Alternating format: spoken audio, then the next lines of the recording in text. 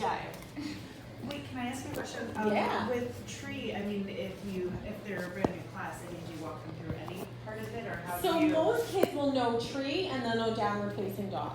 So and I won't walk them through any part of it. I'll just, if they stand like that, like some kids will do this, and I'll say, well, lift up one leg, and sometimes they'll do this. Sometimes their foot's here, sometimes it's here. It's never here because they can't lift it that high because they're already trying to balance this low.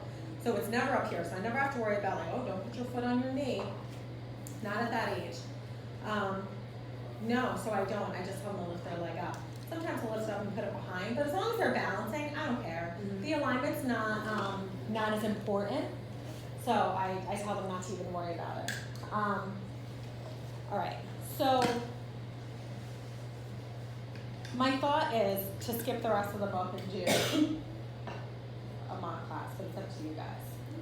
Like, I can go through the rest of the book, or I can just pull something out of thin air. Can we do both? Yeah. Because I kind of, Yeah. like, I would have never thought to be like, walk your dog to the front of the mat. Yeah. Like, Yeah. I just feel like it's cool to hear. Yeah. You're inspired by the. Yeah, definitely. Yeah. So let's see. Okay, so we did our dog. Okay, so then what I like about this book too is for adults. Standing poses are in the beginning, and then the sitting down poses are towards the end. So you're not up and down, up and down.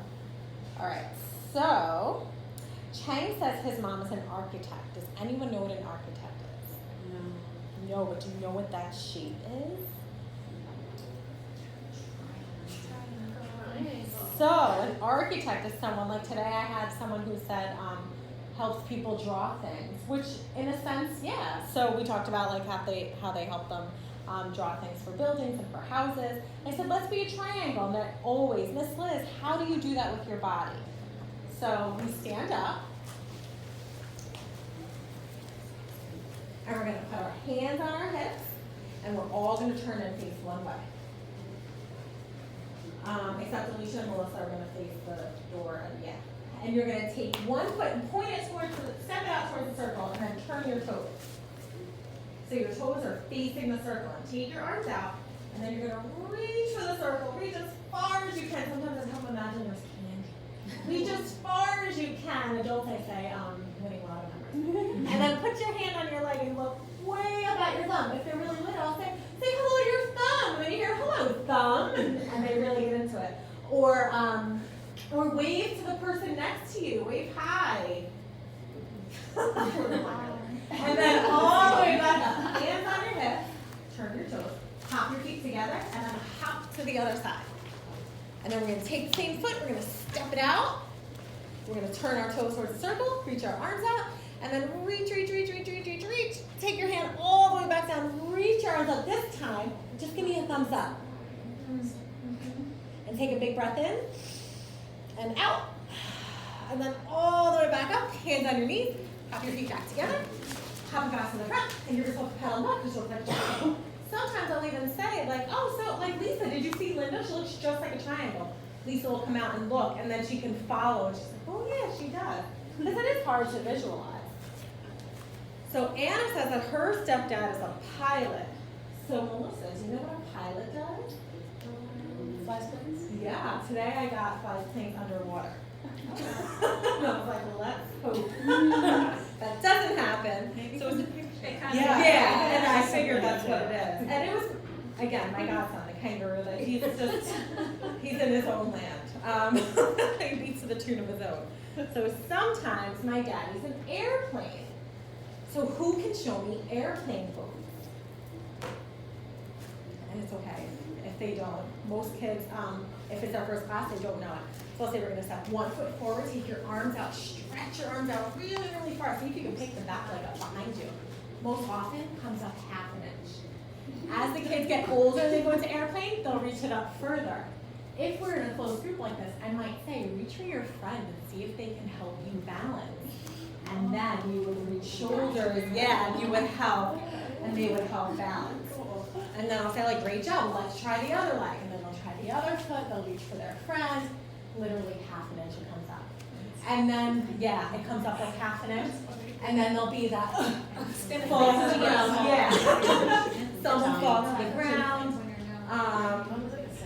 But they don't, and I never say like, I don't use big words. I don't say like, see if you can make your chest parallel to your back. They don't know what that means. I just want them to lift their leg up and see if it works for 2 seconds. And then I have it come back. If they start to get rowdy, this is where I introduce mountain pose. So I'll say like, stand nice and tall like a mountain. And then I'll usually walk over and I'll be like, well, look, Liz is standing so tall like a mountain. I can't knock her over. She's not moving at all because mountains don't move. And then we say this, and I'll write this down too. So we stand nice, tall, feet together, take a big breath in, and a big breath out. We're gonna say, I'm a mountain. I'm a mountain. Strong and tall. Strong and tall. The biggest wind The biggest wind won't make me fall. won't make me fall. It's very affirmative for them.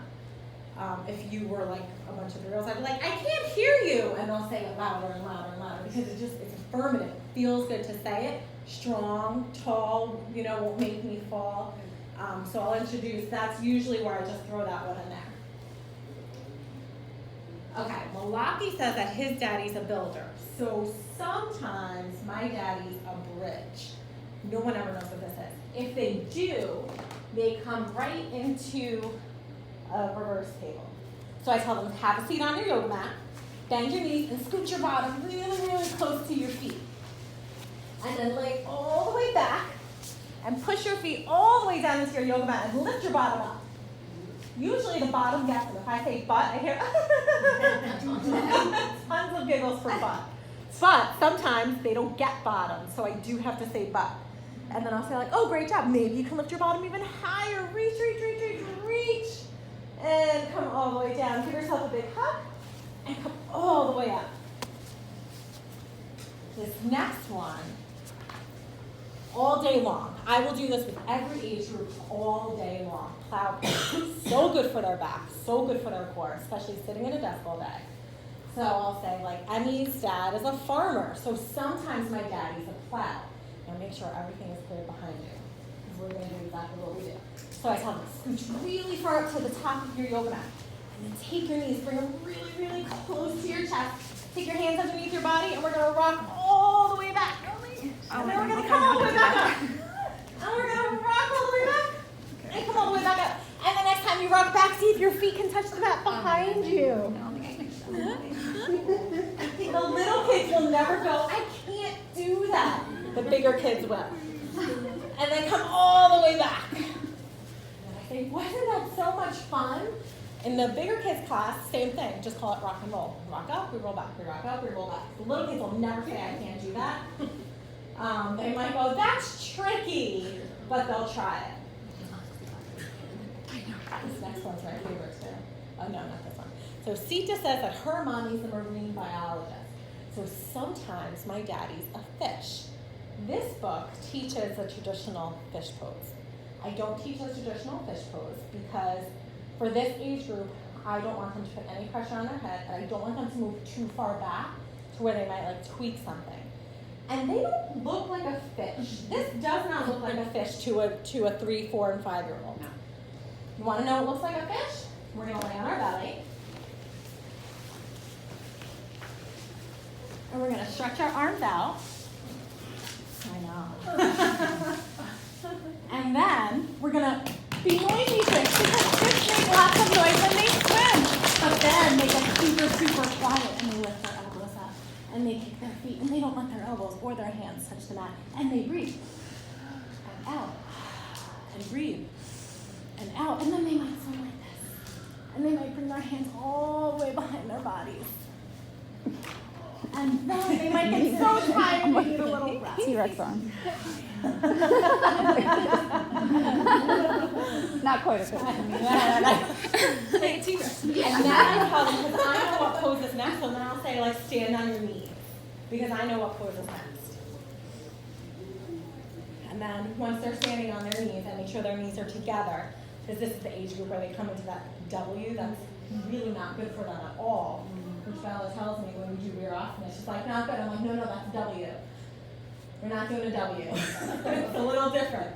But like, when they sit like this, yeah, like so bad for their hips. So I'll tell them like, make sure your knees are together, and sit back on your heels. All my life I sat like that when I was a kid. Really? Yeah. I never So had, shocked. and they are. I Yeah. So I bet forever. That's so funny. I have kids that actually tell me they sleep like this. Like they sleep like that. And their parents. Yeah. Weird. And their parents will come in and like have to like straighten them out. Yeah, she's like very, very like hyper flexible, like I'm assuming because she's up like that. So Pedro says his daddy works in Africa. And then I'll say like, Alicia, what is that? Lions are so cute. Usually I'll get one that'll be like, no, they're not. But we're gonna be a lion. So before we can be a lion,